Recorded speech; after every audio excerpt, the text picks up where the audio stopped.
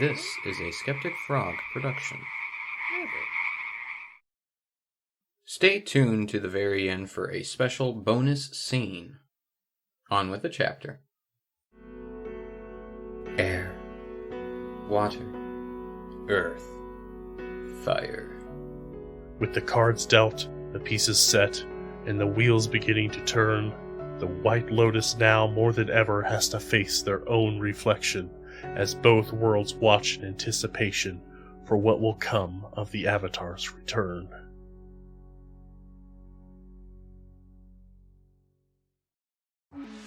Previously on Dice Spenders. Hi, I'm Cap. Welcome to the town of Way. Gulan, no, we need you to participate tomorrow. If we don't have our captain, we can't play. The game is secondary to if my family's I alright. thought you knew I was blind. We want to help you and your mom so you can play in the game tomorrow. Kevin's a healer. He wanted to see if maybe he could try to help. I've been doing this pretty much every day for as long as I've been back in town. Or as long as she's been back in town, too. Wait, did you think when she came back to town, she had this? My mom's sick with this too. Why aren't you with her? You want to do a game of redemption tomorrow? Here's an idea. How about you two stay here? Gulan goes find the frogs, and us three play redemption. We're pretty good together, I would say. Yeah. Didn't you have a fourth guy with you? How about he watches your mom? I forget which team you guys are playing against if you are signing up, but you would need to sign up by tonight. Go. Where's the sign up?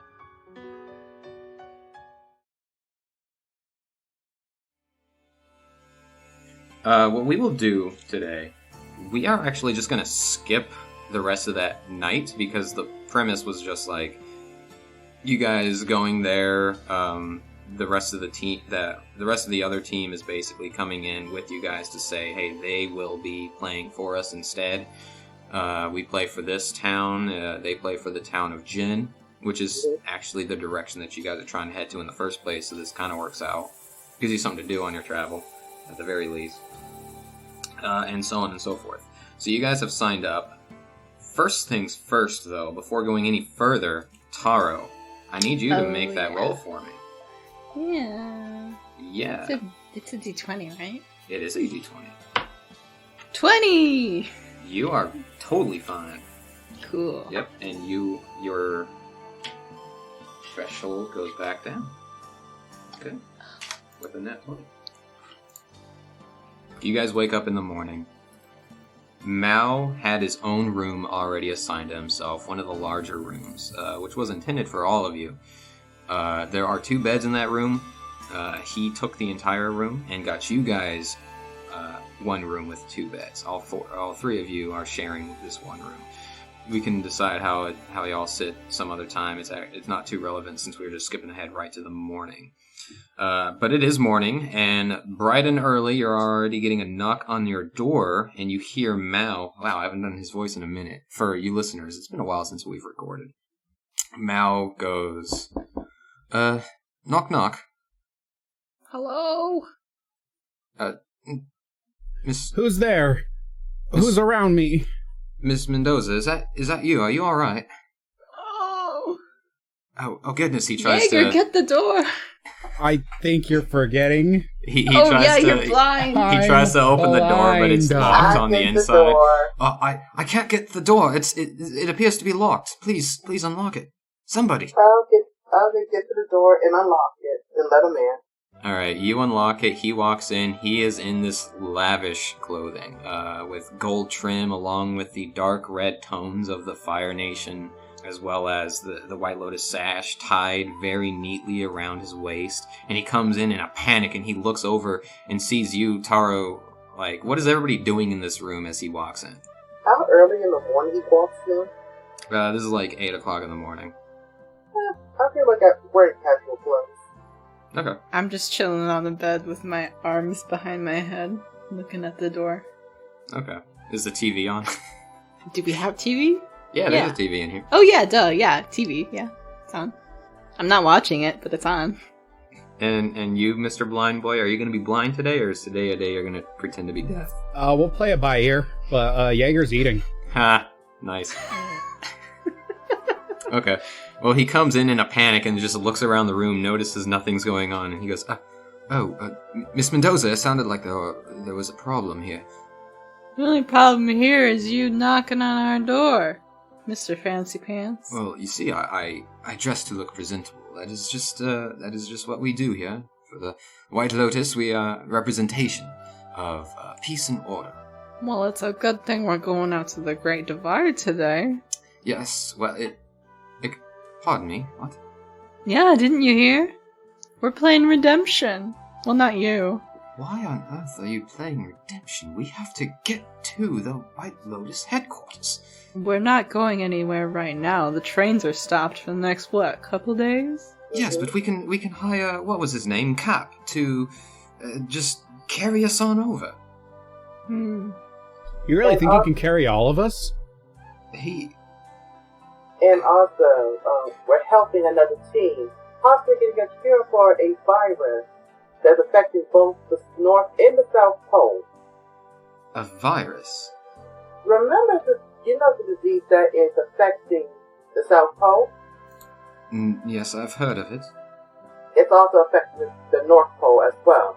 Remember the captain's mom you don't want to help yesterday? She had this. The captain's mother? Yeah. What captain?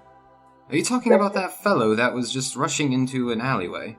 Yeah, his mom is sick with the same virus that is affecting both the North and the South Pole, and possibly affecting Republic City as well. Alright. He's going to try to find a cure. Him and his team are going to try to find a cure at the swamp. Well, in that regard, then, just let us, I suppose, look for this whatever they. What does he need to fix his mother's condition? And he looks all like pronounced as he says this. A frog. Frozen, pretty much frozen frogs. Frozen frogs. Mm-hmm. These frozen frogs, Avatar Aang uses them once to cure his friend, Katana, yes, Katara, yes. and Sokka, The team Avatar. Yes, I am aware. Mm-hmm. Well, if that is the case, if he needs assistance with that, I suppose it is wonderful that you are playing a game instead. We're just covering for them. We don't have to win, but it also maintains the peace between the two towns. Right. Well, if that's the case, you've got it covered. I will be meeting with our ride. He is already outside. But the one thing we do need from you is to just watch over his mom. I'm sorry, why? That's the only thing we need you to do, just watch over her. That's it. You don't have to be in the same room, just every once in a while, just check on her. Just check on her? Mm-hmm. I understand that she is sick, but who opted me to do this? I'm sorry. I'm sorry, but you are too a White Lotus summer, right? Right, and you are spending your time playing games. We're spending our time trying to keep this game, which has been started thanks to Avatar Aang, this tradition going.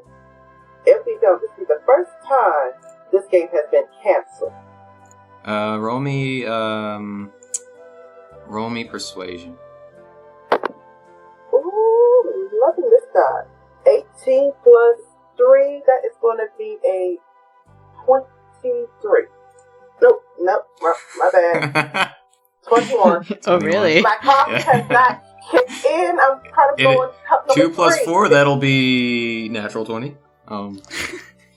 So he just looks at you for a moment and then looks at the rest of you and he just goes, I take it the rest of you will be playing in this game as well. Well, you're not wearing exactly game playing clothes, so.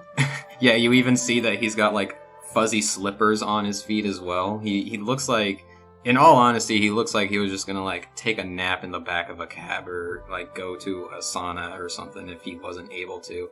If he wasn't already able to go to Jin at the time. And also, remember, you just want to check on her. You can just sit, just do notes, read, just every once in a while just check on him. Fine, I understand. Just, I understand how the game of redemption works. If you win, you will be in the side of Jin. That is the town on the opposite end of the Great Divide. Just ensure that you let me know if you get there. Gotcha. And don't leave me. And I whisper over to him and say, this would be a good birthday, Oh, Jaeger. goodness. And he leans in and he goes, "You're telling me?" He keeps pretending that he's blind, but I've worked with him for some time. I already know he's not. Yeah. Jaeger, did you hear that? Yeah, we got I sure did. It's an AD conversation. My hearing abilities have been heightened from my blindness. I hear all things. He's already walking out. So, Jaeger, so you know there's bacon downstairs waiting for us? More food. Can I roll for bacon? Yeah, roll me a bacon check. Do they have Cajun bacon? Roll me a Cajun check. 17. Ooh, 15. that's some nice bacon y'all got there. Once you head downstairs, you don't have it here yet, but you smell. It smells like whoever's there cooking it is doing a pretty good job. I don't know about y'all, but let's head to some bacon and breakfast. Yeah, you guys go and you stuff your faces full of food for a little bit. Jaeger pretends to be blind until he sees Mao just like leave the room because he's so frustrated with it. You guys finish up your bacon, have whatever else, some toast, some orange juice, and you guys eventually do walk outside where you see your buddy. He's sitting in the carriage right now, sees you guys, and Mao walks out with you. As he does, you see the two people that you dealt with yesterday, two of the members. You don't see Gulan, but you do see the Airbender and the Earthbender come up with you guys. Waylani, the Airbender chick, just walks up to you. You know, she had the today she's in like cut sleeves. Both of their attires are very into outside travel and stuff like that, so they are not dressed for being in the city right now. You can already tell they're expected to be going somewhere. And she just walks up with their arms crossed, and she looks at all of you and just looks over at Mal, just eyes him up and down, and just like gives this scowling look. And she looks to you, Taro, and is like, "This is who you guys are using to watch Gulan's mother?" And Mao just looks at her very, very upset, and just says, "I will have you know, I've been with the White Lotus for and she already like puts her hand like on his face to get him to shut up, and just like looks at you guys and just says, "Okay, I'll show him where it is. If you guys already know where to check in. I showed you last night. Go there. You guys will get everything straightened out. The game should be starting soon." Gotcha. And the person that's in the front seat of the vehicle gets out, opens the doors for you guys, and goes, "Hiya! How are you guys doing today?" Well, pretty good, and you? "Oh, I'm doing fantastic. Absolutely wonderful. Yep. He's just throwing like stuff in the back of Mao's stuff before Mao even has a chance to turn around and say that that's his. He's already in the vehicle waiting for you guys because he's just assuming Mao's coming with you. Yeah. You guys go ahead. I feel like let Mal take the car to his mother's house, and the way to get to the registration point, is it far or is it walking distance? Oh, I thought I was supposed to take you there. Well, All right, let's go. Yeah. Let's do it. Yeah. Yeah. Yeah. Yeah. Yar. So you guys coming in? Yes. I rolled to get into the car. And I open Shotgun. the back door. Nice. So people can get in the car. Yep. You guys get in. You guys get on moving, and as you guys are heading out, Mao is just like at the street, like waving his hand because all the suitcases are gone, and you see the two team members just kind of like grab him and move him in the direction of where Gulan's house is. And as you guys are driving, give me a look around the city streets. making your way there. Yes. Alright. Okay. 11. 18 plus 4. All right. You all see that this town is just a bustling town at the moment. You see people are everywhere. Your driver is moving very slowly in the street because of just how packed this street is. Everybody's migrating in the same direction that you guys are, almost like a river flowing down into the ocean. And those that got any higher than a 15 also can kind of make out the finer details. Of course, you've got the families, the kids, the adults, all this other stuff, but you do see there's a good variety of people dressed in like white with brown, or brown with white, you know, the first color being the primary of whatever they're wearing. Kids are wearing like flags, almost like their capes, as they're running around yelling redemption, redemption. You see some kids over in the corner like kicking a ball around before the parents drag them around. Those that got higher than a 15, you guys see the majority of the people that are moving this way are clearly from Way, which is the town that you guys are in right now. And they're just super excited. You see a bunch of memorabilia and just like postings for it saying like 145 years of repentance or something like that. Or redemption, I'm sorry. 145 years of redemption. And people are just like buying mugs and jugs and all this other stuff. And as you guys are looking around, you hear your cab driver say, "Yeah, it's a pretty sight, ain't it? Yeah, this is great. It looks like a town. Yeah, any other time of year, this place is a ghost town. Ghosts are scary. Yeah.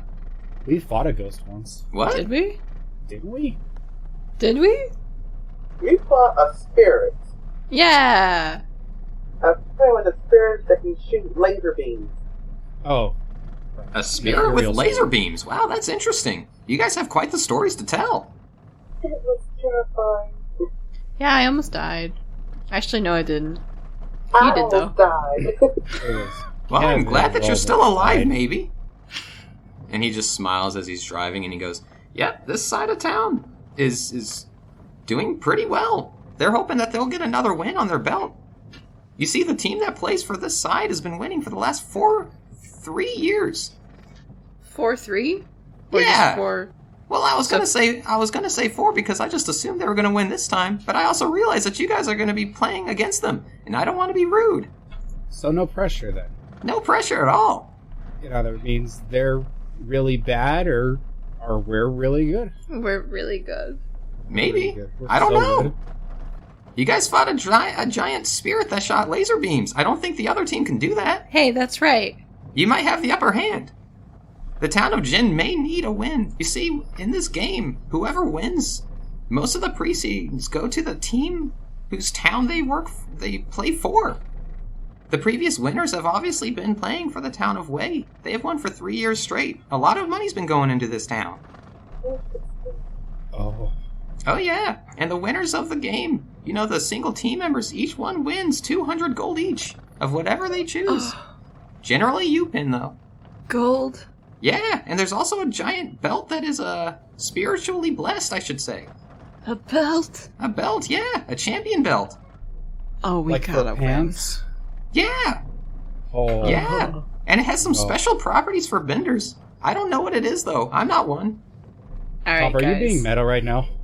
Judging by how much drooling I'm hearing on the mic, we're going after that belt. Yeah, but only the We winners gotta get win. that belt. Mm-hmm. Mm-hmm. And as he says that, he pulls up to the entrance where you guys come in. You see, it's basically like this huge stadium at the moment where you guys are at. You know, like when you guys are going to concerts or something. You see long lines outside, just like gathering in this area, or like amusement parks. Long lines are gathered outside to the side, giving their tickets for the price of admission, going to the side of the Great Divide that you see, like long bleachers. And rows of seating for them to sit and just watch Redemption, angled in a direction that they could look inside the Great Divide. To the left of the Great Divide, you see these enormous torches. None of them seem to be lit currently. You can see one is relatively close, another one is pretty far away, And a third one, if you squint your eyes, you can see it on the opposite end of the Great Divide. In front of you guys is a subsect of the building that the lines are going through, that are trying to, gain their price of admission. This side doesn't have any lines or anything like that, but you do see a few people that are dressed, clearly working for the organization that has made Redemption into the sporting event that it is. Somebody comes up to you guys with a clipboard, a spry, well, I'm not going to say spry, more like a middle-aged beer belly man, and he comes up to you and he goes, "All right, I take it you guys are the team playing for Jin, if that's correct." Yep. All right, come on, follow me. We just got to get you guys signed in and then get you down into the divide. Sick. Yeah, and as you guys are walking in, you are seeing that a good number of people that are in that line, mostly the ones that are wearing the colors that you see less, or the color pattern that you see less, are like looking over at you guys and just cheering for you guys. Some people are wearing like fake White Lotus bands too, and some of them are waving flags of it because the rumor's already been let out that you guys are White Lotus. So you're seeing like flags of White Lotus being waved around as they're shouting for you guys. That is so cute. They were quick. Yeah, absolutely. And you guys head on in. You get checked in, and as you do, there's a desk sitting there waiting, and they're checking you guys in by names. And they say, "All right, for the jerseys and the team name, what shall we be calling you?" Oh, shit. Oh my god. Talkie mushrooms. I need a huddle with the group, and I hold my arms out to Kevin and Tara. Okay. We need to talk about this. Okay. To be determined. How do you guys feel about? How about Yang? What? About They could be the Yangers. the No. Craig gangs. The Craig gang. Craig gang. The spicy tomato. The spicy potato. The large Cajun fry. Ooh. One singular fry. Large and in charge. Fried together, strong. And it's too spicy for you to handle. So Cajun fries. The Cajun fries. No, We are just the Cajun fries. The Yeah, Cajun we are the fry. Cajun fry. Yes. I turn back to the man, look him dead in the eyes, get real close. Like I could smooch him on the nose. Uh-huh. And I say, "We're the Cajun fry." He gives you a little bit of a... I nod really seriously. Oh, no. I'm sorry. and all I can imagine all three of you are just like dead-faced looking at him like, yeah, the large like Cajun an intense fry. 5 o'clock shadow is settling in on all of us. And he just looks at you and raises one eyebrow and he goes, "All right, that's new." And he writes down Cajun There's a fry. look on his face that like, seriously. And they pull you guys to the side towards the end of the building. You guys walk through and you see like the area that you're in is like a really closed off, almost looks like an arena. It's just a round room with a open top that leads to this area that kind of cuts to the Great Divide, like an opening in the ground. You guys walk over and you see, or you hear the rumbling. You guys feel the rumbling under your feet as like an earthen elevator comes up in that empty space. And you see two earthbenders on there in their referee uniforms, which is just stripes of brown and white. And they open their hands to you guys to get on the platform. As you guys go elevating down to the bottom, we'll actually be cutting over if you're ready. Oh. Aiden, over on your side, your team is already making their way down into the Great Divide. You guys are also going through the elevator at the moment. You have your Earthbender ally that you've been with this team for a couple of years now, and the brand new person that has been coming to your team, a Waterbender, their first year of playing in Redemption. Very quiet individual, wears these robes, long robes that almost are in the same design as the Fire Sage robes, only it's blue and silver, representing water tribes, with a hood over their head, and you can almost never see their face. The other one is an Earthbender, who is lean like an Airbender, but has still has like short sleeves and wears bracers on each wrist and long baggy pants. And as you guys are going down into the Great Divide, you hear that earthbender, Taco, say, "You guys hear we're gonna be playing against some White Lotus members this year?" As long as they put up a challenge. I am so tired of these easy wins. Yeah, I'm a little tired of it too, to be honest. I think I'm gonna play, go a little easy at first. I want to kind of test their mettle, if you know what I mean. Those are supposed to be the sworn protectors of our land. I want to see how good they can do at it. You know I follow your lead, Taco. How you doing, June? I'm fine. Get limber. You're gonna need it. I wouldn't look lightly on these. Although they may be new to the game, just as it doesn't make them any less of a threat. I'm sure we'll be fine. You know, Aiden's been here for a while. I've been doing this for, a little bit. We'll be okay. We'll always be okay, Taco. Because we know what we're doing. And you guys have reached the bottom of the Great Divide. You are stepping off of the platform. You see this line, this painted line that you guys are passing over, kind of like the line of a basketball field. A basketball court.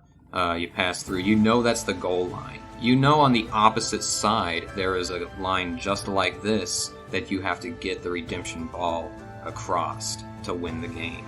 That's very common knowledge to you now since you've been doing this for some years.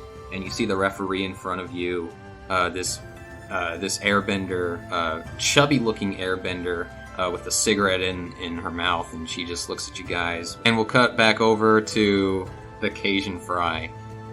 The same thing happens. You guys get off of the platform, and you've got someone that is also an airbender referee stands in front with a clipboard and some notes written on it, and they just say, "All right, this is your first time playing, right?" Yes, sir. Yep, the rules are pretty simple. We're about to actually hear the announcer say them now. And there's a screen. They pull like a cart, like those old carts that you guys would see back in school that they would wheel into your room, like your classrooms to watch movies and stuff back in the day. Mm-hmm. This pulls up on both of your sides, but I'm just going to play it like we're focusing on the Cajun Fry right now. Yeah. And you see this announcer, this guy with a very 70s looking mustache, big round glass, like he just looks very unbalanced, very large glasses, and he's wearing one of those hats. What are they called? Do you know the Mythbusters? The hat that Janie would wear? Yes. Yeah, like one of those director's hats. Yeah, he's wearing one of those. And he's also wearing like this very fancy uniform that's all decked out in like the browns and whites and golds and some greens. And he's got a microphone, and he goes, he's looking out at the crowd, and you guys see on the camera screen that there are all kinds of people in the bleachers. Huge audience playing, watching this, and you guys can't see them from where you are. And with the way the Great Divide is set up, you can barely hear the cheering from in here. But watching the TV, you can see it. And as you hear this enormous crowd going on, just cheering for both sides of the Great Divide, you see that announcer man finally raise the mic up to his mouth, and he goes, "Ladies and gentlemen, welcome to the grand finale match of Redemption 145. And you see the crowd goes wild cheering. Already your name has been known, so some people are yelling, "Cajun Fries! Cajun Fries!" And you hear a loud majority more yelling, "Iron Cobra Fish!" As they are cheering for that. And he goes, "Did you just say Cobra Fish?" What started as a measly war between two tribes has grown to be this world's largest sporting event to date, and you're all here to witness it. This year's special, the world outside of this canyon has faced hardships recently. from the loss of the Fire Lord to the absence of the Earth Kingdom. But we are separated from that. We are here to play ball! And he just like gestures to the Great Divide, and the crowd goes wild even more.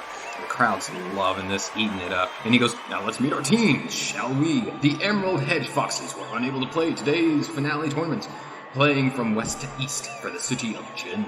Instead, we have a team they have confidence to take their place in. And he looks at the note card. Cajun Fry.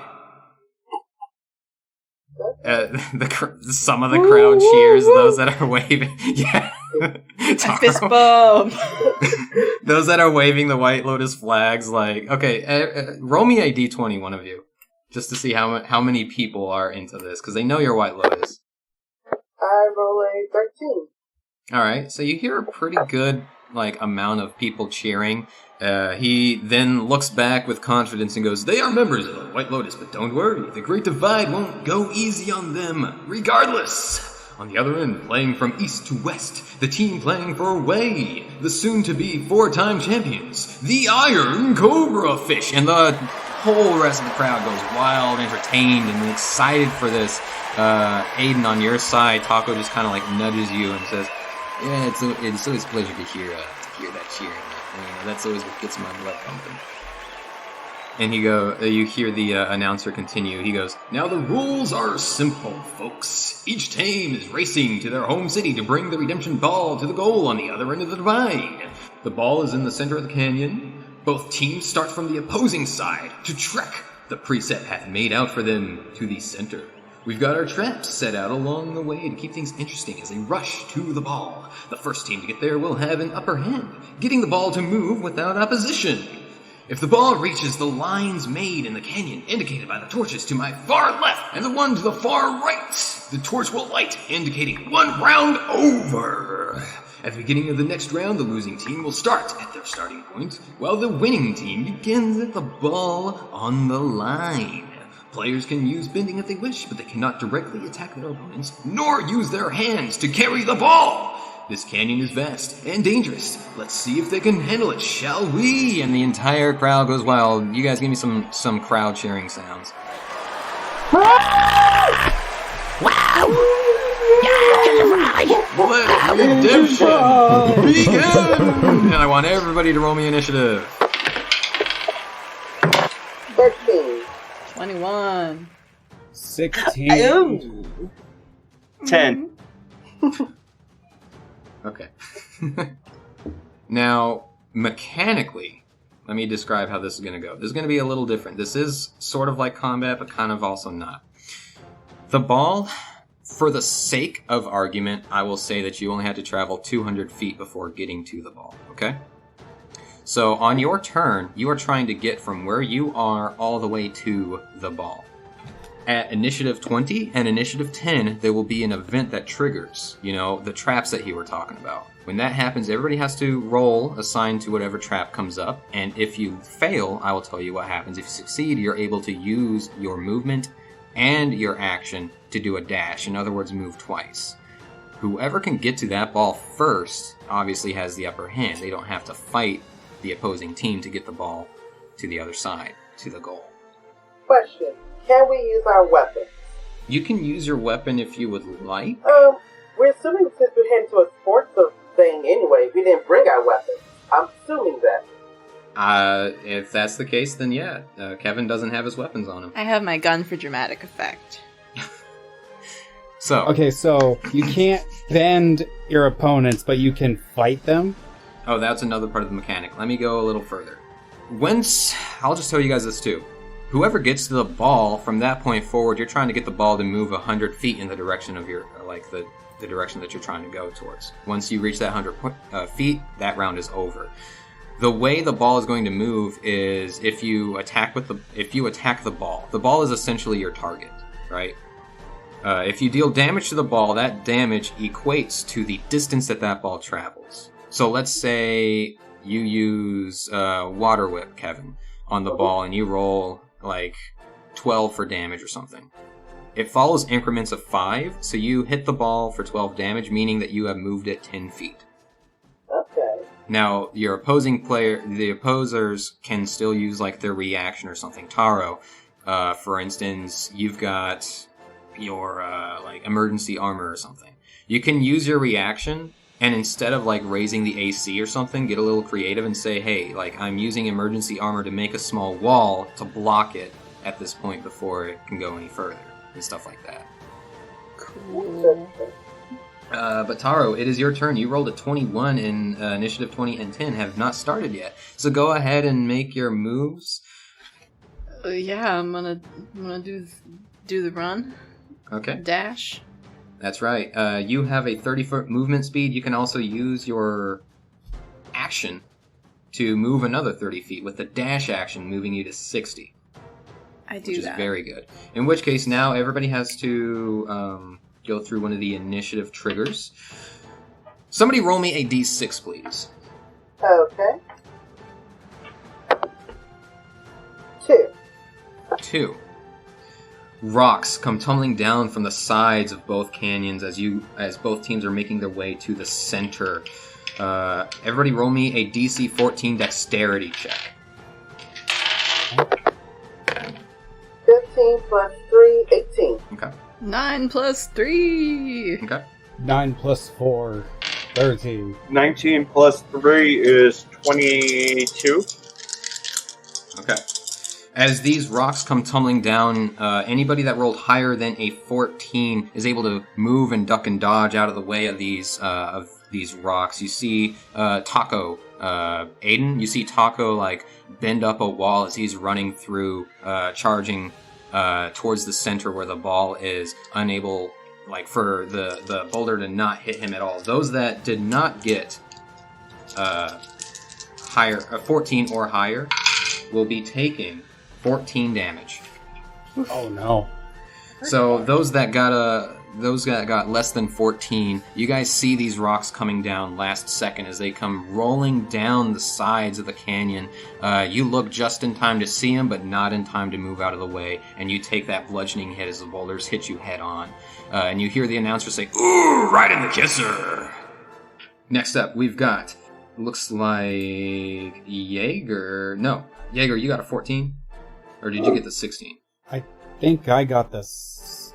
I'll say that you got the 16. All right. Yeah. Now, the event that triggered doesn't make you lose your action, so you're still able to move the 60 feet if you want to use your dash. So go ahead. I will do that. I will All use right, the awesome. dash. It is now June's turn. She will obviously move her 60 feet. She doesn't get any extra movement. Kevin, I'm assuming that you will move your full 60 feet. If you wanted to, you could like heal yourself or an ally if you wanted to, stuff like that. That will take your action though and keep you from being able to move the full 60. Or you're just going to keep on going. Does anyone look hurt enough to need healing? Let them No. tell you. I'm great. You're great? Okay, I'll move my full 60 then. Alright, Aiden, I know that you're an airbender. What is your movement speed? And are you using just your straight dash action, or do you have some kind of like movement enhancement pending? Alright, so I am actually going to be moving 40 feet as an airbender, and I am going to use my bonus action to speed up an additional 40 feet by using the Step of the Wind for a dash action, or dash as bonus. Alright, so how many feet are you moving total? 80. You're moving 80 feet total? That is correct. Okay. Next initiative. Go ahead, somebody roll me a d6. 4. 4. Nothing happens. You don't see any traps or anything. That's lucky. Taco, he goes... I think he actually has something that he could do for movement if he wanted to. He does.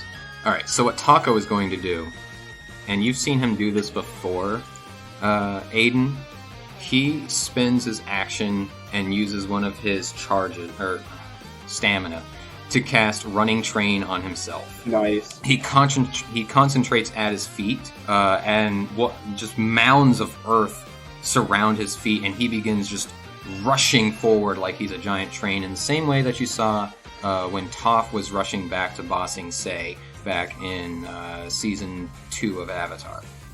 This doubles his movement speed, which means that he gets to move 60 feet with that action, and he can maintain this. So next turn, he gets to move 120 feet if he's able to keep his action.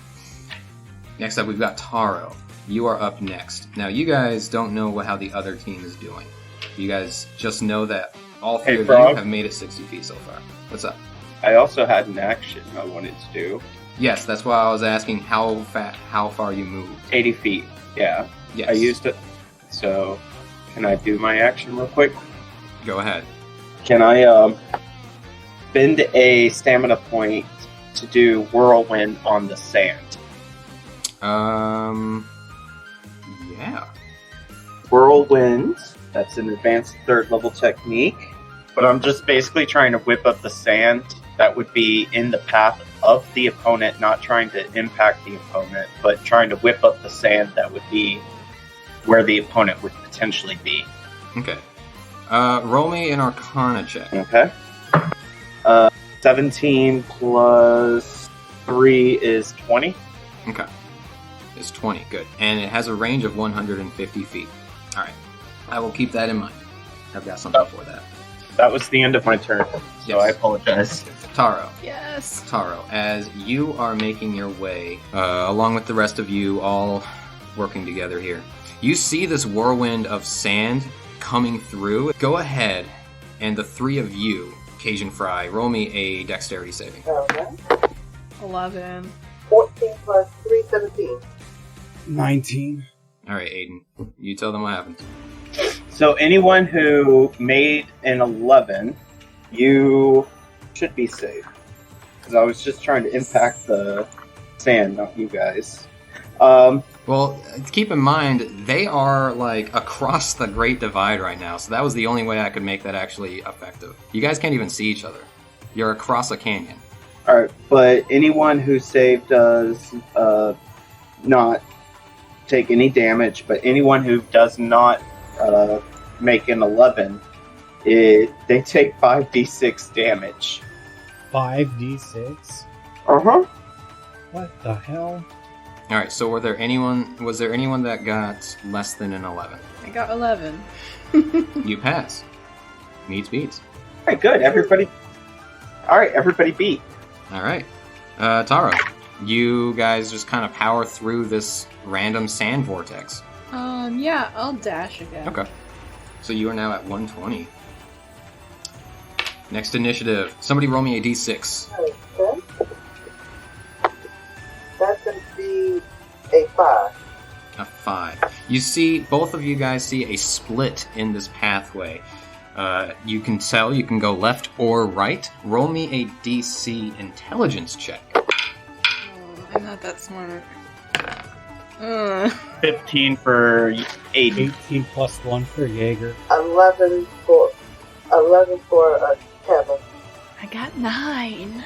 Those that got less than 14 go the wrong way and lose the entire rest of their next turn. Oh, wow. Wah, wah. Good job, me. So keep in mind those that failed. Let me know that you failed also. Just so we can keep things moving.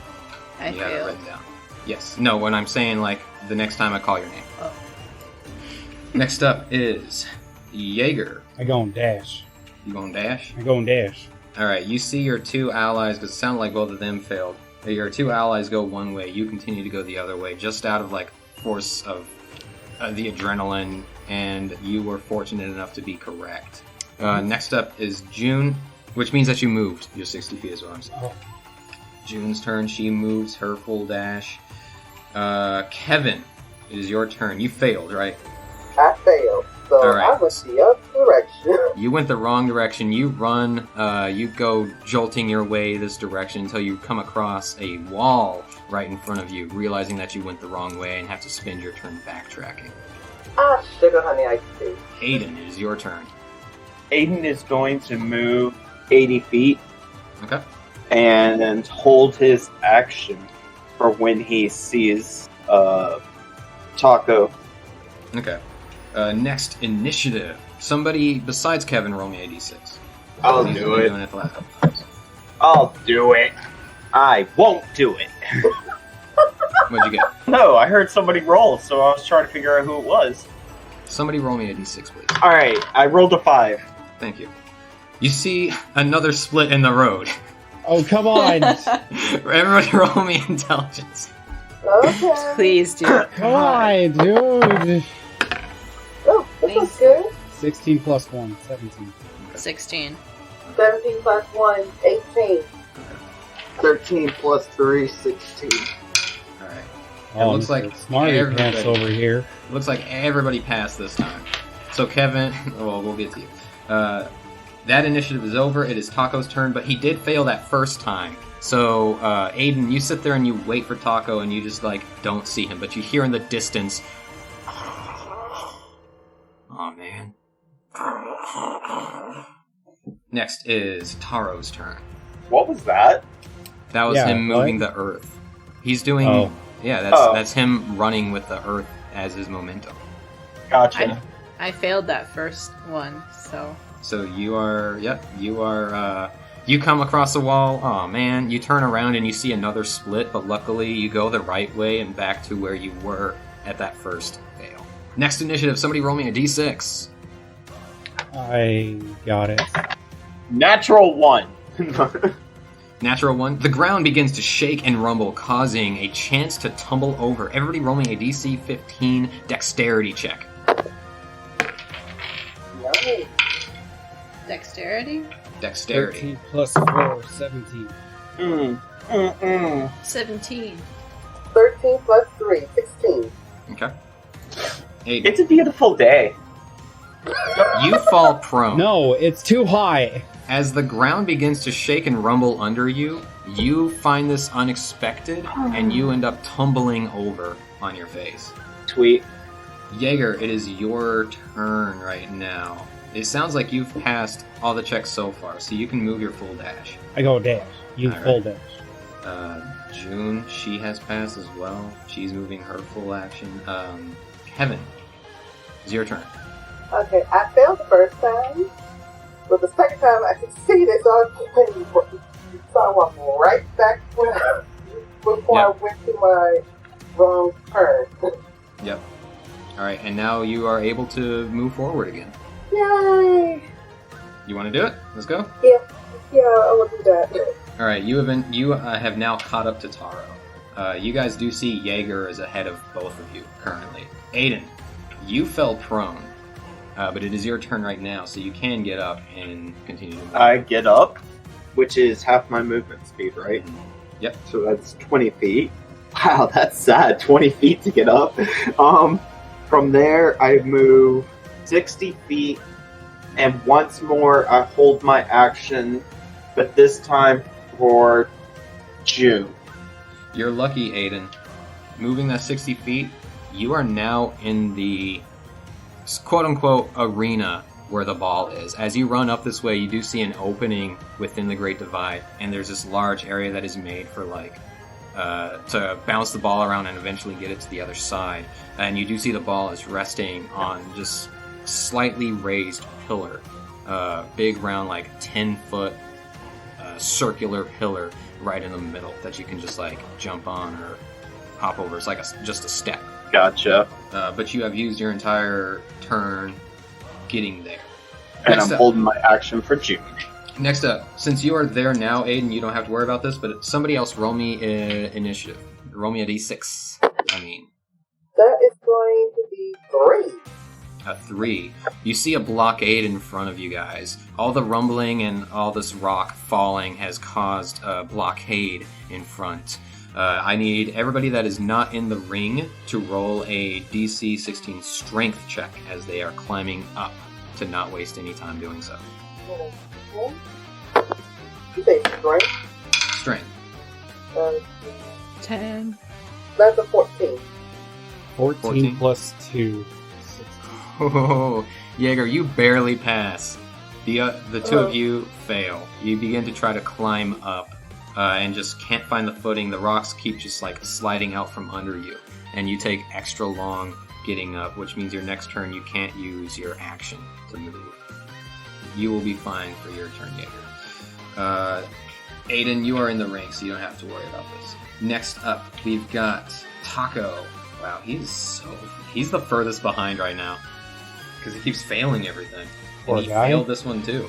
So, because that is his next turn with that initiative, he uses his action to get over it, so he can still move with just his movement.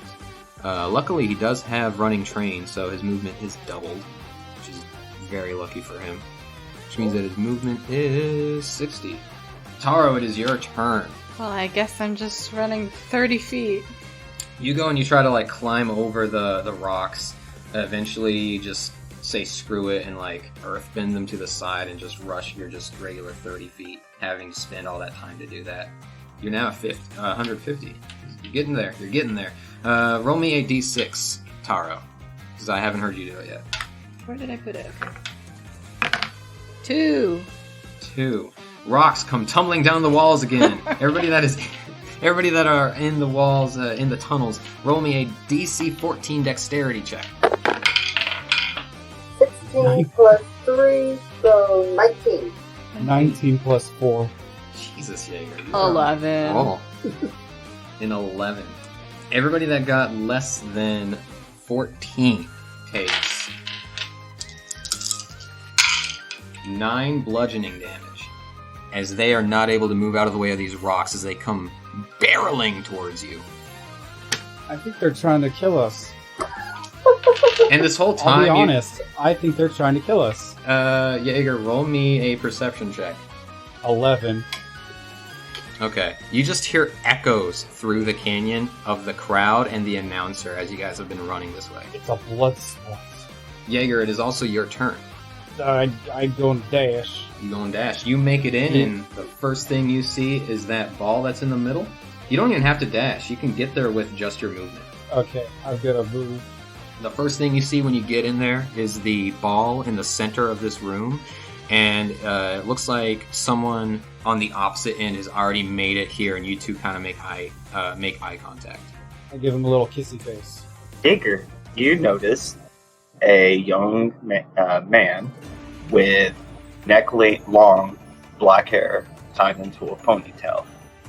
And he is shorter than you significantly.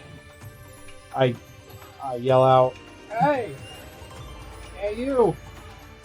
Hey! Hey, you! I glare at Jaeger. What? Nice ponytail! Nice scars! Thanks! I got it from my dad." Jaeger, you still have an action. Oh, I'm going to get the ball, but like hit it off with fire. Okay, roll to try to hit it. Could I use the fire whip and throw the ball?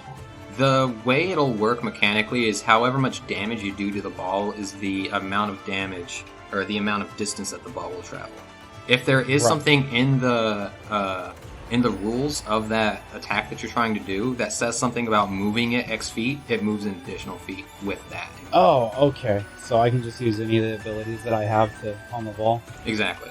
And I think Fire Whip also says something about moving something 10 feet, right? Something like that. I may be thinking of just Thorn Whip or something. But if it has something like that, it will move that feat in addition to the damage that you do to it. I'm like reading it right now and it doesn't have anything made for that, so I'll use a flamethrower instead. Yeah, let's see how much damage you can do to this thing. Okay, that's a 2d8. And that is a 7. Alright, it's in increments of 5, so it moves... God, I can't say it moves a 5 measly feet with a flamethrower. I feel like some of the fire moves are weak for some reason. Now that I'm using it on a ball. So it will move 10 feet, because I'll round up, since we are rounding up for damage as well. Okay. We did that. Frog, so it moves question. 10 feet forward. Yes. Is his attack a ranged attack? His attack is a saving attack. And since it's a ball, it just automatically fails, so it's not like the ball needs to roll dexterity. Okay, the reason why I was asking, can I consider the ball my ally? Yeah. Alright, well in that case, I want to prevent him from attacking the ball by drawing the ball towards me with my aerial senses. Oh, go ahead and describe the language of that move and then how it looks when you do this.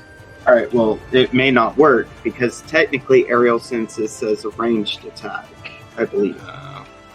Jaeger, Yes. flamethrower. Does it say it's a ranged attack? Or does it just say, What? I'm looking at it right now, range, self, 25-foot cone. So, Is ranged? it technically is an area attack. Okay. Alright, well then never mind, that gives that an idea. I liked it though. That's exactly the kind of outside of the box thinking that I'm hoping for here.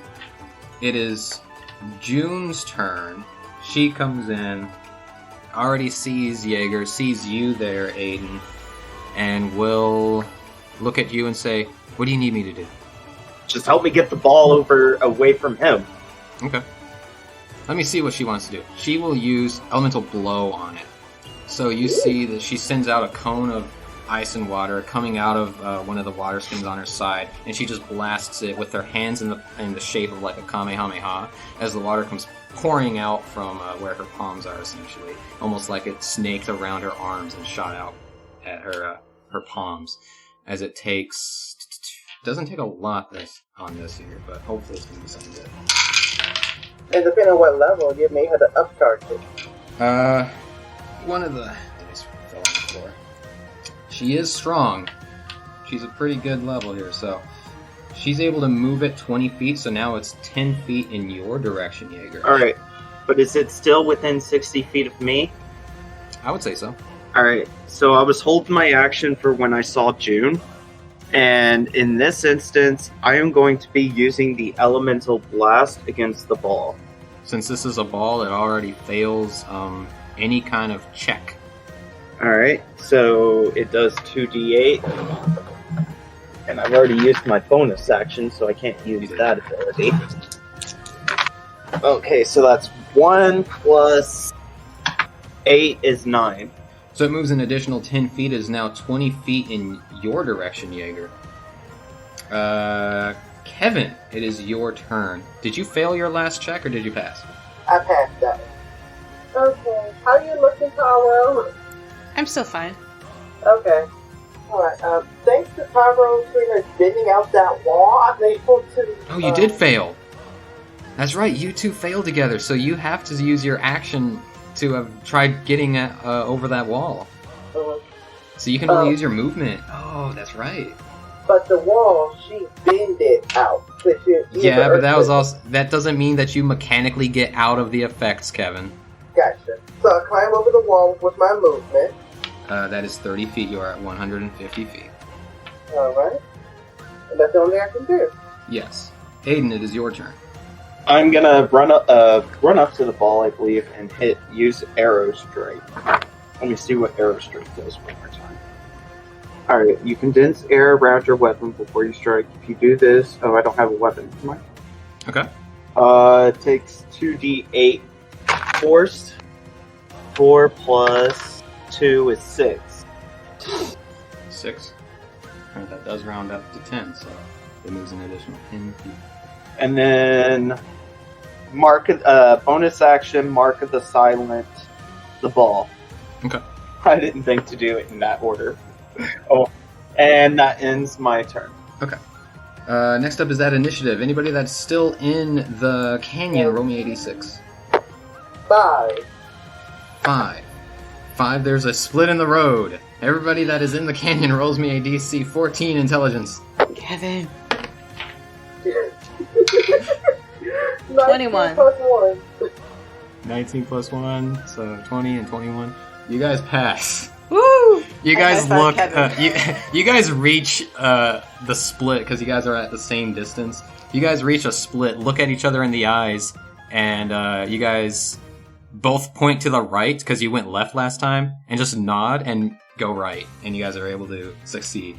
Next is Taco. He passed as well. He got a... No, he didn't. He got a 12. He wastes his entire turn going the wrong way again. And he can move so fast right now. He should have been there first.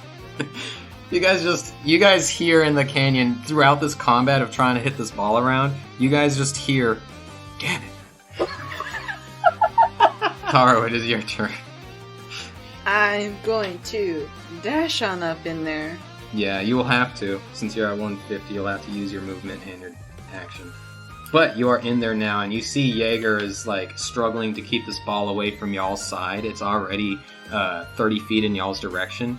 So 70 feet more, and it will, like, be the opposing team that wins this round. And Jaeger, you see your ally Taro come rushing in. Oh, Hello! finally, Taro. Hi! Kevin, roll me a d6. Okay. That man with the ponytail insulted my mother. Oh, no, you didn't. Oh, you gotta kill him. 1. The ground begins to shake and rumble, causing you to have an opportunity to fall. Roll me a DC Dexterity, DC 15. 17 plus 3. You succeed. You don't fall prone. Taco doesn't either. Next is Jaeger. It is your turn. Alright. I'm gonna use Seeking Flame on my ball, bro. Hit that ball. That is going to be a 13. A 13. Yeah. 13 damage. Yeah. Alright, rounding up. So you are able to move at 15 feet back. But wait, there's more. Yes. I'm going to use my recently nerfed fire bullets. Okay. And, okay, so it's at 3 now. Yeah. It is at 15 feet your side. And I'm going to use extra heat with that as well. because Nice, fire there you bullets go. are- Extra fire heat bullets is are a weird. bonus action? Extra heat Oh, is it's a a reaction. So you can reaction. do it. Oh, okay, cool. And that is a grand total of 12. 12 damage total. Yeah. Oh, Jesus. Oh, that's another 15 feet. It goes back down to the center of the stage. I should have done this in increments of 10. Jesus. Every 5 damage would have been 10 movement. So it goes back in the middle. You guys are pretty even here. It's 2v2 at the moment. It is June's turn next. What does June want to do? I think June is going to use just a water bolt, because I think that can do more damage. So June is going to bring out some more water from her side and just chuck a bolt of water towards this thing. Can I do a reaction? You are there, yes. You can do it. Yay! Emergency barrier. Oh. Okay. We will do it like this. What are you doing for emergency barrier? How much chi are you using? Just one. So I will say, for the sake of this, since it's just a ball and you guys are just hitting it, emergency barrier, for every chi you spend, you will stop 5 feet. Is that fair? Yeah, that works. I like that though. Let's see what you can stop. She doesn't roll very well. So she rolls for 12, so that would be a total of 15 movement, but you stop it and it only moves 10. You stop it by 5 feet, so it only moves 10 feet. But she goes to fling this water bolt towards the ball, and you bring up a small barrier and blocks it. And you can't see her face, but you can. She has this body expression like impressive. Kevin, it is your turn. Okay, I'm within 150 feet of my people, right? Yes. Yeah, the only thing I can do is get within my action and movement to get to them. Yes, you can, but now you are in there, and poor Taco is not. Somebody roll me a d6 for poor Taco. I want to roll a d6 for Taco. Go ahead. I got a 5. You got a 5? A whole 5? Yeah. There's another Yeah, split a in the whole road. And he fails! Oh my god. I'm so sorry. He rolls a 5! Oh my god. So you guys heard, earlier you heard him go, damn! And you hear him start trying to move in the earth again. And then, just in the middle of all this, you hear, damn! So he wastes, because he's got another turn stacked in there. So he wastes this turn trying to find his way out. The man's been doing this game for over 3 years. He can't even get out of the... Anyway. Taro, it's your turn. Like You're that there. one What do you do? Stephen King movie with the tall grass. Yeah. He just keeps going in circles. Taro, it's your turn. Okay, if I were to bend metal onto my fist and then punch the ball, would that be touching it with my hand? Since you're not carrying the ball with your hand, that's allowed. Okay. I'm going to do Iron Fist. Go for it. From this round forward, every 5 damage is going to be 10 feet, so we can speed this up. Okay. Well, this is 3d6 bludgeoning damage. 5, 4, 9, 10, 11 damage. 11 damage? Yeah. So that's what? That's 30 feet. It moves 20 feet in the opposite direction. Well, yeah, in the direction that you guys are trying to go. And June goes, Nani? I'm kidding. June doesn't say that. Somebody roll initiative, or D6 for poor Taco. I got it. I got it. I There's gonna be a got running joke here. 6. 6? Oh, okay. You guys didn't see what that is, so I'm just gonna roll and see what happens. Okay, he's fine. He does take damage. He does take damage to what happened, but nothing serious. He did pass, so he only takes half of it. Taco, you need to get in here. I know. I just went the wrong way. I stopped at McDonald's. Damn. Jaeger, it's your turn. What do you do? Okay, I am going to use. I'm going to move right, and I'm going to use where? What the? Thank you. I'm going to use my Fire Dragon's Breath Oh, on that's the a ball. good one. So I'm Alright, going you know what? to No. just roll that 3d8 uninterrupted. Just put the hands around my mouth. Roll the 3d8. Aiden, I'm looking around to see what I can do to stop it too. With No, I have a way. But I gotta wait until my turn. That's going to be a 17. 17 damage. Yeah. Rounded up to You know 20, what? so that is. I'm going to use extra heat on that again. I'm going to use another heat point. Okay. And now we're at 22. 22 damage. That rounds up to 25. So 50. 50 moves feet. 50 feet. Yes, that's right. It is now 70 feet in your direction, Aiden. What? 30 more feet and you lose. No. But wait. There's more. And you said that firebenders are weak. Fire Dragon's Breath is great, and then once the increments went up to 10, there's a noticeable difference. Can I use fire bullets again? Yes, Or is you that haven't what used the you're bonus action. You haven't Okay, used your I'm bonus gonna action, so you can. Yeah, I'm gonna use fire It was bullets. nice playing with you guys. And that is an Ocho. 8, so I, round saw, it I up. watched Dodgeball. Yeah. 10? So that's 20 feet. Yes. God, it's 90 feet. Okay, June. It's June's turn. She's got to do something. She's got to do something here. June, get it in my direction. And she'll just say, okay. How would she do that? And what is your plan so that I could kind of work out something? Alright, I'll message you. So how far away is it right now? 70? It is 10 feet away from you guys winning. Oh, okay. Okay, yeah. She's going to say, alright, I'm going to pull out the big guns too. And she's going to use Pactique's Ice Bolt. She's going to do 88 damage to this thing. Nice. 42 damage. And multiply that. So that rounds up to 45.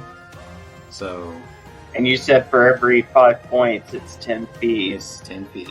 So 45. 90. 90 feet. You're Mhm. right. Oh, it is now 80 feet, or 70 feet? So it was 80.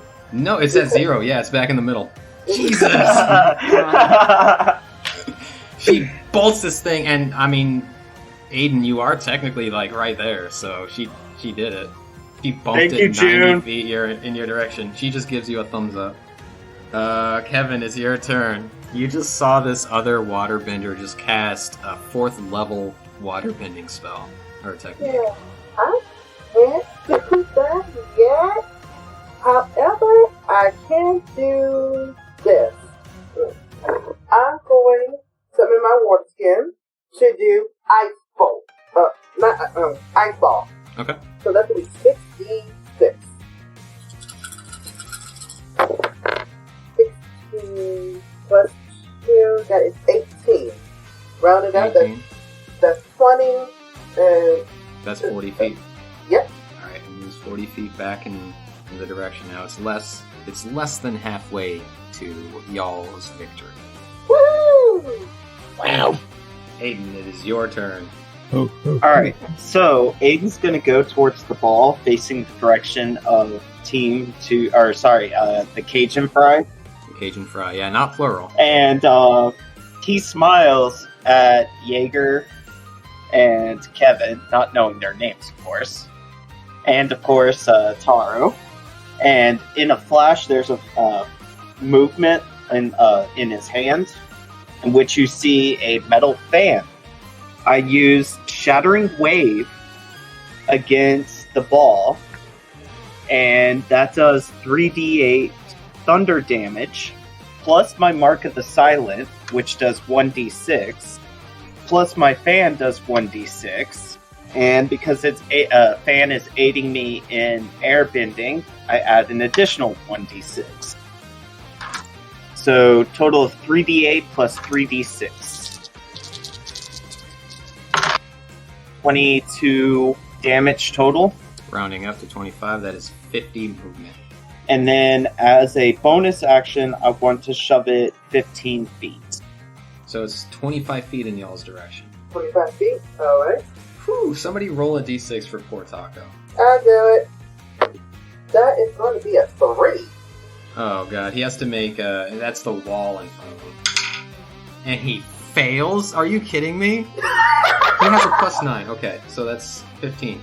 He fails because the DC's 16. I'm so sorry. I feel so bad for him. Damn. With a name like Taco. God damn, and he's good. Alright. Well, that only means that he has to spend his action getting over the wall in some way. So he can still move, and he does still have Earth Train. So at least he can move 60 feet, and that's it. So he's still not there, but he's closer. That's good. He's for at 180 Aiden, I feet. guess. He's at 180 feet. He's 20 feet away. Jesus. Okay, Tara. I have an idea, but I don't know if it'll work. Mingle with your team. Shoot one of the contestants. It's Oh, not bending. You can't Wait, attack, hold on. directly attack an opponent. I like the way you think, Jaeger. But can I put the ball between my feet and then badger mole movement underground? That would count as carrying. Okay, never mind then.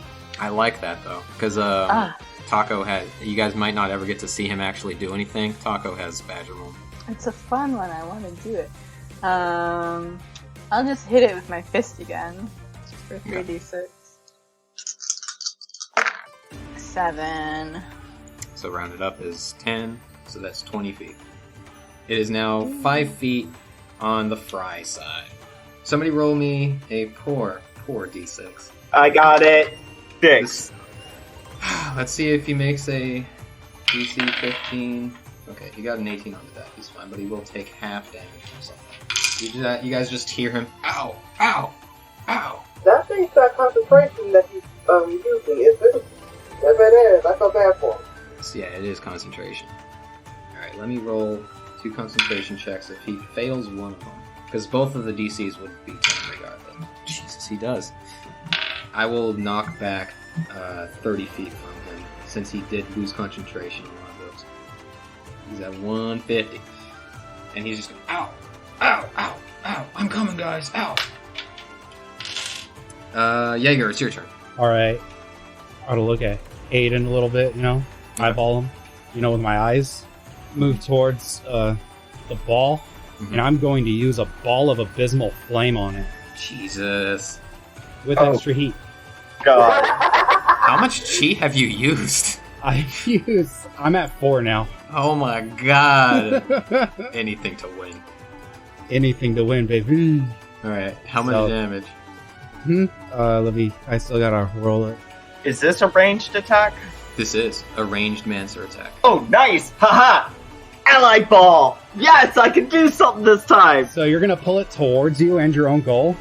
No, you'll see what I'm going to do.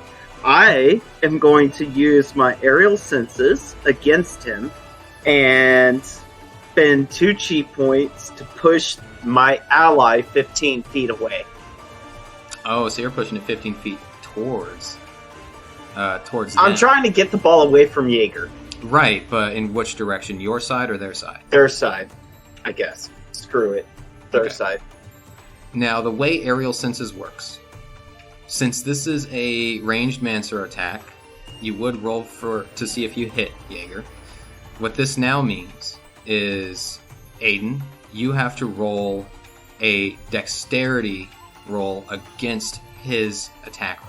If you roll Alright. higher, this will work. Alright, I got a +3 to my dexterity, and I just rolled a 16, so a 19. A 19. Jaeger, go ahead and roll to see if you hit. Okay. That's probably not hitting. It was bad. It is bad. It's not a nat 1, but it's Okay. bad.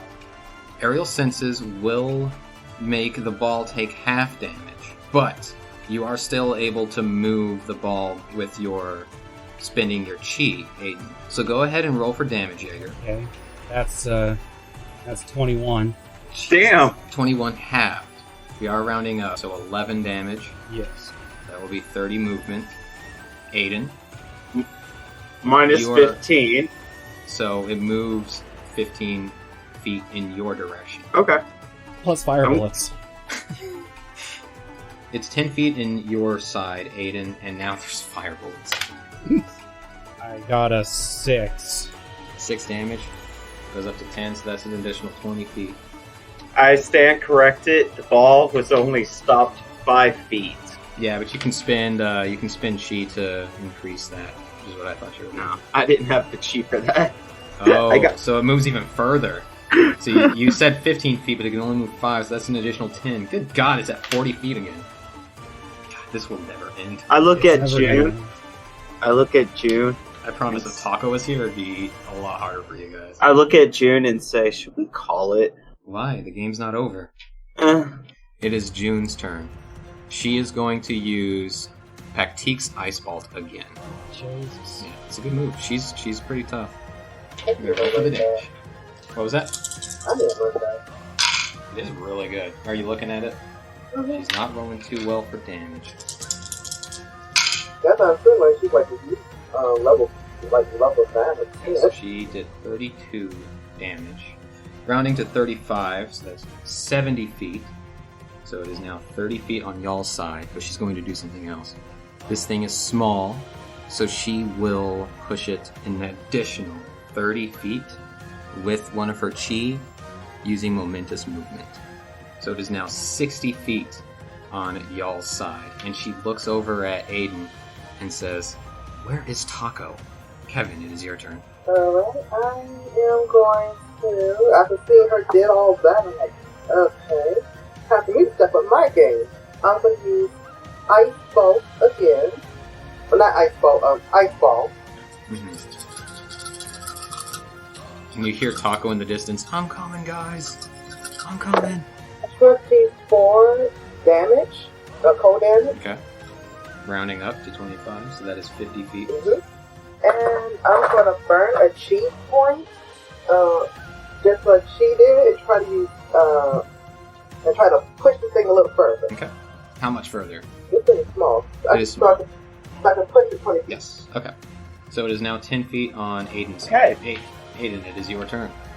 And she just says, "Hit it with all you've got." Well, that's the problem. I'm out of everything. Oh my lord. I have one trick up my sleeve left, and that's it. After that, we're done.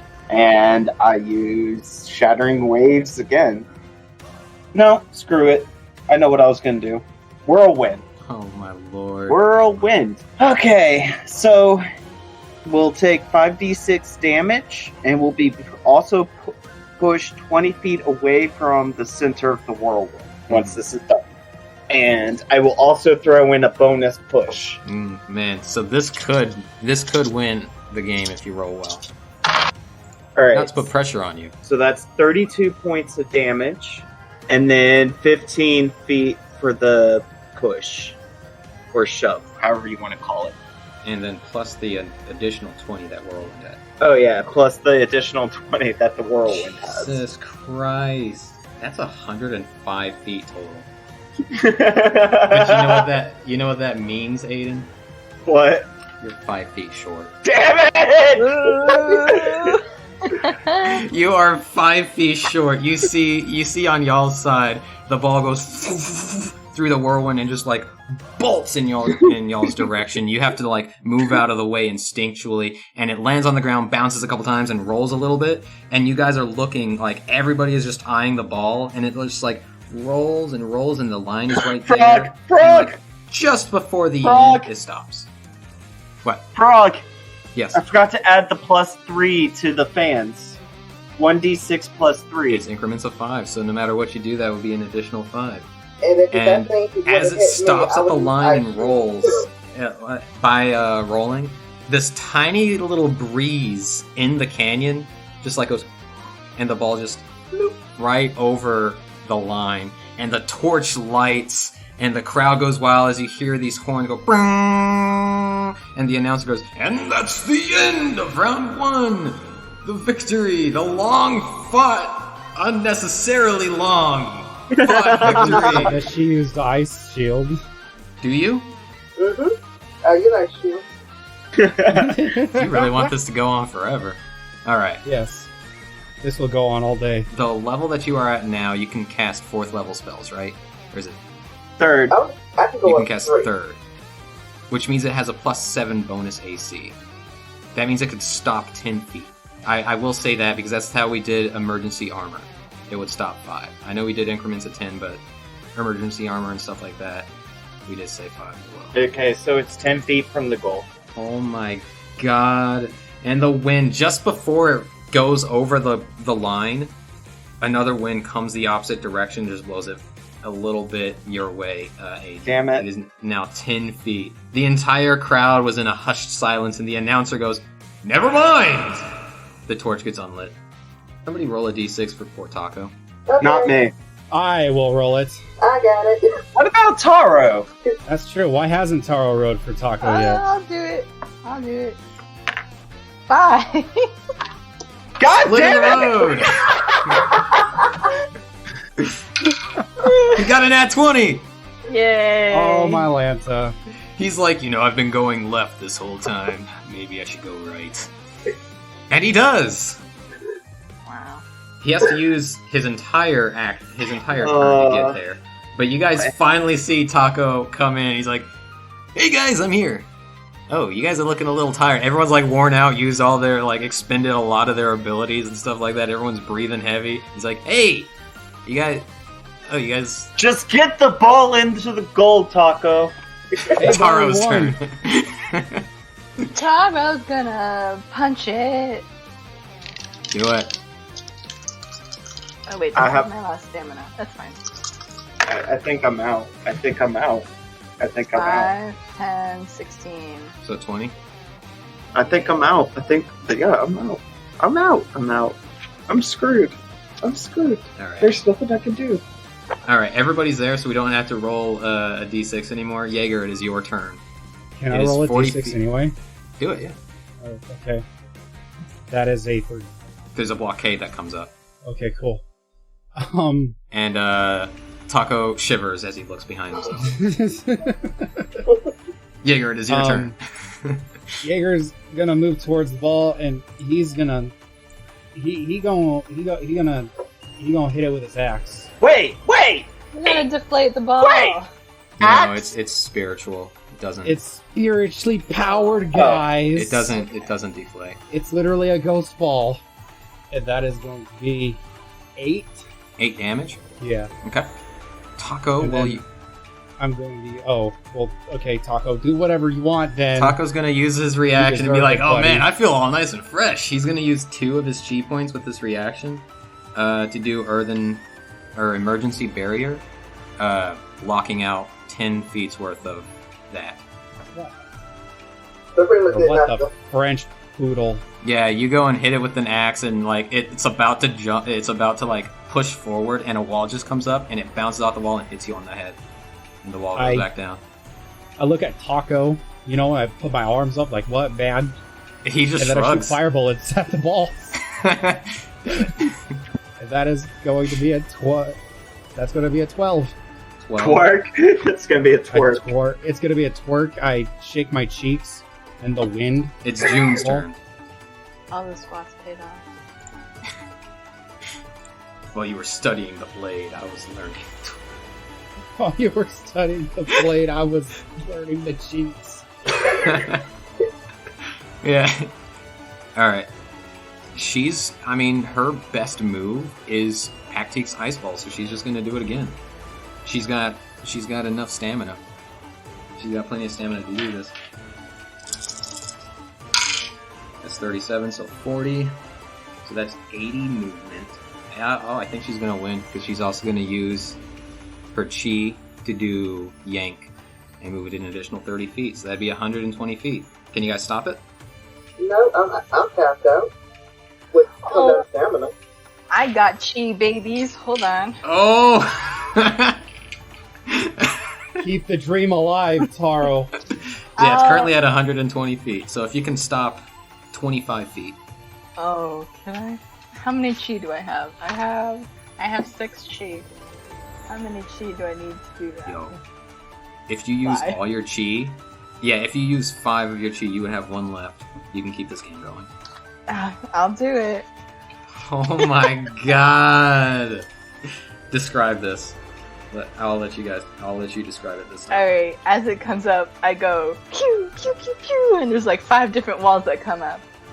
I'm like, oop, nope, nope, nope, nope, nope. And it pinball machines goes ding, ding, ding, hitting all of them until the very last one. And it finally just bounces off that and stops 95 feet. It is 5 feet away. And June just looks at you. Kevin, it's your turn. I wave at her. Okay, the only thing I can do is basic techniques. So I'm gonna use a water ball on it. 10, so that's the 20 feet, and I'm gonna spend a chi point to do yank to move it an additional 20. So move 40 feet. It moves 40 feet. Yeah. She's going to use her reaction to cast Ice Shield. No, she can't. And it hasn't been Taco's turn yet, so he can't use it. He's already used his reaction. Damn it! How much was that? 40, you said? Yep. This game is never gonna end. Well, it's gonna go on forever. Aiden, it's your turn. Seeing as I am tapped, I look at Taco and say, look, we should just go ahead and forfeit this round. We're literally winning, says Taco. It's 55 feet on their side. How are you guys so tired already? Fine. Did you not see that cheek action I displayed? I walked on spikes for this, says Taco. I got lost. I found a McDonald's down here. There's a McDonald's where? Oh, they got Why would I bring you in? You're my opponent. Show me where it's at. Alright. He secretly finger guns you back. Elemental Blast.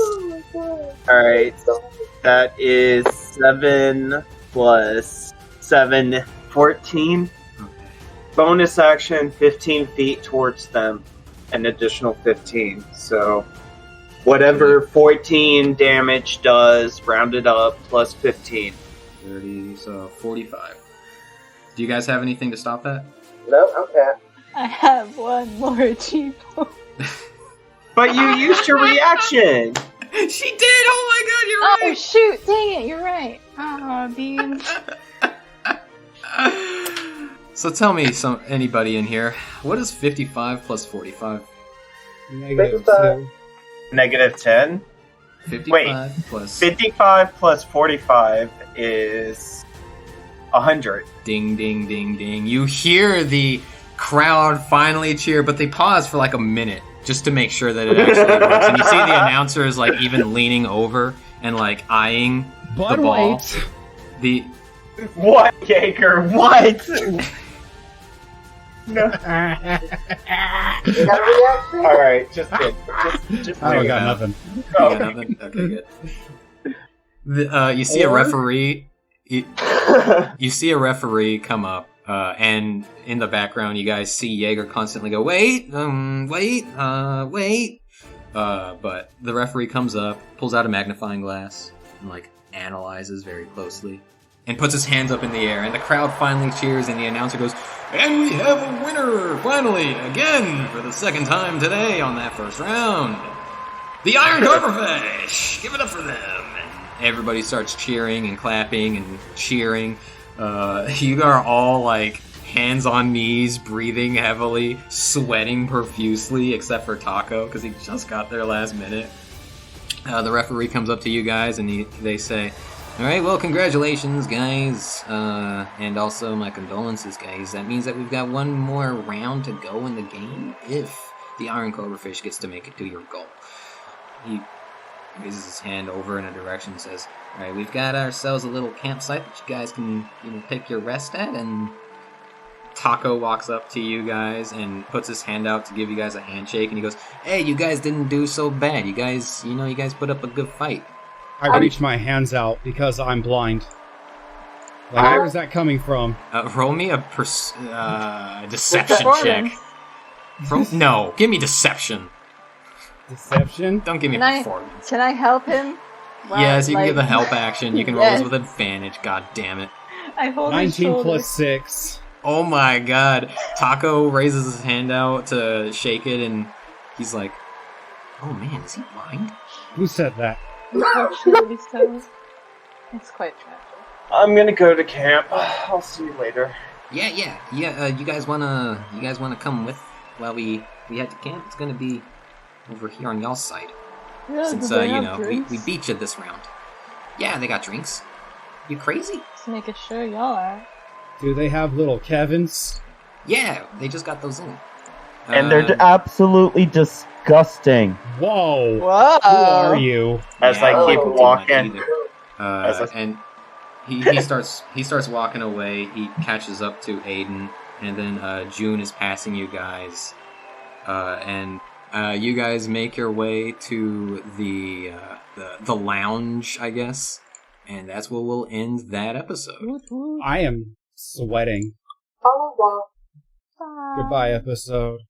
Goodbye, episode. Say goodbye, Daddy Goodbye, Craig. episode. Bye. My...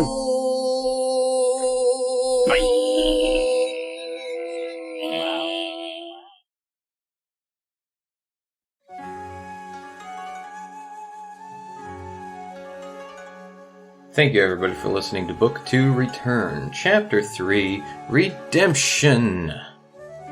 If you liked our show and would like to show us some support, feel free to drop by our Discord, We Roll Dice, where we also put every once in a while bloopers from the previous week's chapters, as well as where you can find the Elemancer classes. You can also always give us a 5-star review on your favorite podcast app, such as Spotify or Apple Podcast, and follow us on social medias at DicebendersDND. Thank you for listening, everybody, and subscribe for more shenanigans.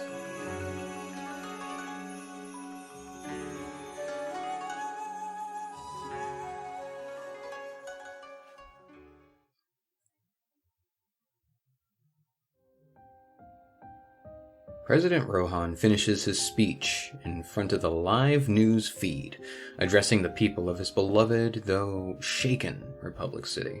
After having just explained the newly reformed council and his continued hands-on approach with his people, he sends them into the hands and voice of a familiar Fire Nation-born woman, one whom we recognize, though like our favorite Cajun fry is one that's grown now. She stands taller, more noble and bold. Adorned with a mix of her new city attire and her White Lotus brand, she walks into view of the camera, up to the podium from which the president stood. People of Republic City, you may not know me, but I know you. A fine people with roots from all corners of the globe. A strong people who've endured internal corruption and external destruction. An adaptable people who wouldn't even let the rising light of the spirit portal halt your forward momentum towards a greater future. I have come to introduce myself, to show how I stand by the same morals as you. I am the dean of the new White Lotus School. You may call me Z. I am not here to direct you, for you know how to walk and run. I am not here to command you, for you are in charge of your own destiny. Instead, I am a hand to hold. I am solace. I am faith and respect to each and every one of you, but I am also honesty. The Avatar has returned, and like your president mentioned with the wavering relationship between this nation and our fiery brothers and sisters across the sea, I too am unsure what this means. We've yet to know which side he's on, and what will come from the world's recent events. In this, though, I come to you with an offer to grow, to evolve, to change not just our city, but to change the world. We have a school opening soon, but our classrooms need wise minds to teach. We have a courtyard for those looking to train in their talents, be it bending or not, but we need skillful hands to guide. We have a voice that can spread across the world, but we need thoughtful advisors to listen. The world is changing. The peace that we grew into is in jeopardy for those we now raise. I am ready to do my part for this, to be the change for the better, as I'm sure you are too. If any of these words met you with motivation or purpose, honor or renewal, you can find me where the old pro-bending arena was, at the new White Lotus School here at Republic City. Now, I must get back to work. Thank you for your time.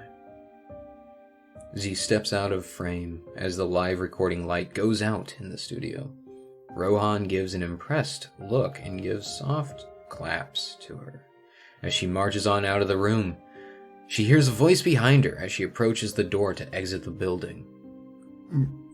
Hey, Z, hold up. That was quite an impressive speech you gave. Our very own Mike says, a large man waddling towards her, glasses squeezed into his warm, smiling cheeks.